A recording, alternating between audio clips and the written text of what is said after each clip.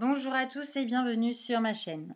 Alors, je vais vous parler d'un baume pour les pieds. C'est un baume réparateur à base de lavande bio de chez Yves Rocher. Donc voilà, je vous le montre. La texture, c'est plutôt une crème de couleur blanche. Voilà. Et du coup, moi, je me suis occupée de scruter la liste des ingrédients qui est plutôt longue dans tout ce rectangle-là. Et j'ai relevé 5 ingrédients. Alors, il y en a des controversés, d'autres c'est des allergènes. Donc, je vais vous les énumérer maintenant. Donc, on a le PEG qui n'est plus un secret pour personne. Il est présent dans de nombreux cosmétiques, qui est le polyéthylène glycol. C'est un ingrédient synthétique et controversé. Donc, c'est une famille d'ingrédients utilisés comme tensioactifs, indispensable à la fabrication et à la stabilisation des émulsions. Il est fabriqué à partir de l'oxyde d'éthylène, un gaz très réactif, extrêmement toxique, cancérigène et mutagène. Waouh, ça fait beaucoup. La réaction chimique d'étoxylation met en jeu des températures et des pressions extrêmes, ainsi qu'un contrôle rigoureux de l'absence de formation d'éther de monoéthylène glycol qui est reprotoxique. Voilà, donc c'est surtout son mode de fabrication et les dangers afférents qui en font aujourd'hui un ingrédient controversé. D'après certaines études scientifiques, le PEG 300 serait suspecté d'être comédogène. Donc voilà, un produit comédogène qui ne laisse pas respirer la peau, ça n'a aucun intérêt. Et encore une fois, quand on a un ingrédient synthétique, de toute façon, c'est pas utile de le mettre sur sa peau puisque la peau n'adhère pas du tout aux ingrédients synthétiques, mais plutôt aux ingrédients végétaux qui sont bourrés d'actifs justement.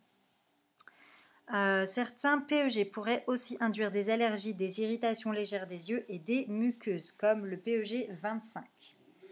Qui d'ailleurs, est-ce que c'est ce PEG là qui est dedans Non, c'est le PEG 100 là qu'on a dedans. Voilà.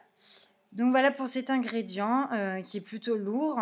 Même j'ai envie de dire avec un ingrédient pareil, on n'a même plus du tout envie d'utiliser le produit. On a un deuxième ingrédient, c'était beaucoup plus doux, on va dire, c'est un allergène végétal. Donc c'est un composé aromatique présent à l'état naturel dans les huiles essentielles de lavande et lavandin, de pin sylvestre ou de menthe poivrée ou encore dans de nombreux extraits végétaux. C'est le linalool. Ensuite, on a un troisième ingrédient qui est le coumarin, un ingrédient végétal allergène et controversé. Donc c'est un allergisant avec une toxicité suspectée. Donc c'est un composant principal de la fève tonka. Il entre dans la composition de 90% de parfums. C'est aussi un agent masquant, donc il masque l'odeur désagréable d'un ingrédient. Et selon certaines études scientifiques, il pourrait être toxique pour le foie et serait impliqué dans la survenue de cancer. Super. Ensuite, on a le tétrasodium de DTA, donc ce qui est un ingrédient synthétique, encore une fois inutile. Et controversé. Donc c'est un irritant, c'est un sel de l'EDTA. Donc c'est des ingrédients qui captent et retiennent d'autres substances comme le calcium ou le magnésium. Ils permettent de bien faire mousser les soins lavants. Bon là c'est pas le cas parce que c'est une crème qui doit hydrater le pied pour réparer les pieds abîmés. Leur capacité donc à se lier aux métaux lourds et au calcium les rend indésirables pour l'environnement. Donc pour ceux qui protègent la planète ou qui font attention notamment, c'est raté.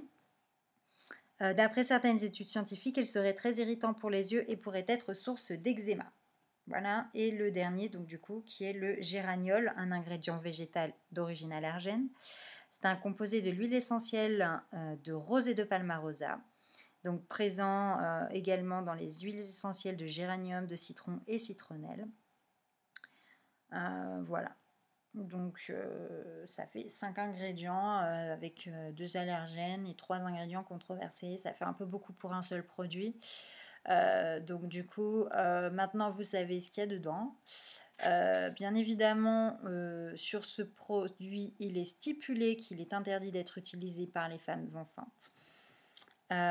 Sachez aussi que dans nombreux produits cosmétiques, nous avons beaucoup d'allergènes composés d'huiles essentielles et que les huiles essentielles peuvent avoir un effet sur le fœtus. Donc c'est pour ça qu'on vous demande de ne pas utiliser d'huiles essentielles pendant votre grossesse.